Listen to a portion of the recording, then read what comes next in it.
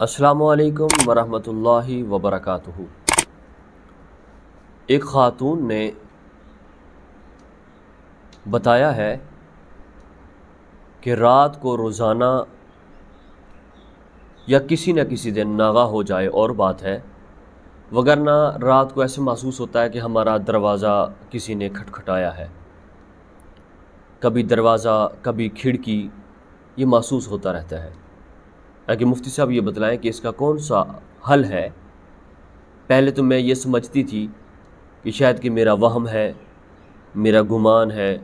کہ دروازہ اور حقیقتاً ہی ہمارے گھر والے جتنے بھی لوگ ہیں وہ سارے بتاتے ہیں کہ محسوس ہوتا ہے جیسا کہ دروازہ کھٹکھ رہا ہو۔ اے اللہ کی بندی، اللہ کی مخلوق ہمارے علاوہ اللہ کی مخلوق ہے۔ شاید ہو سکتا ہے کہ آپ کے گھر میں اللہ کی مخلوق ہو،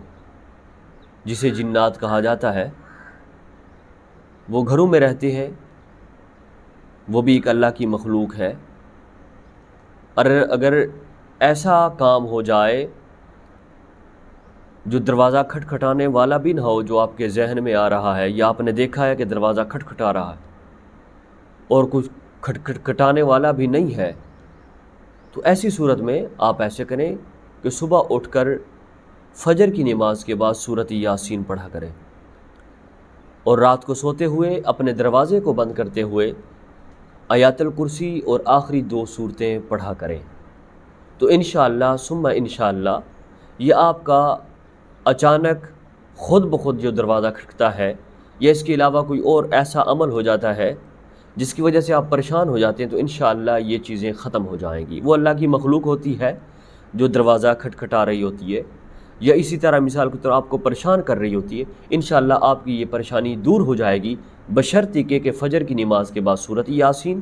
اور رات کو سوتے ہوئے جب آپ دروازہ بند کریں گے تو آخری 2 سورتیں اور آیات الکرسی پڑھ کر اس دروازے پر پھونک مار دیں۔ انشاءاللہ یہ جو پریشانی ہے وہ آپ کی ختم ہو جائے۔ ذہن کو تیز کرنے کا ایک مجرب عمل جو میرے شیخ بھی بتایا کرتے تھے، وہ فرمایا کرتے تھے کہ ہر فرض نماز کے بعد آپ نے اپنا دایاں ہاتھ اپنے سر پہ یوں رکھ لینا ہے اور دائیں طرف، اور رکھنے کے بعد 11 مرتبہ یا قویو یا قویو یا قویو یا قویو 11 مرتبہ پڑھنا ہے ہر فرض نماز کے بعد، فجر ہو، ظہر ہو، عصر ہو، مغرب ہو، عشاء ہو،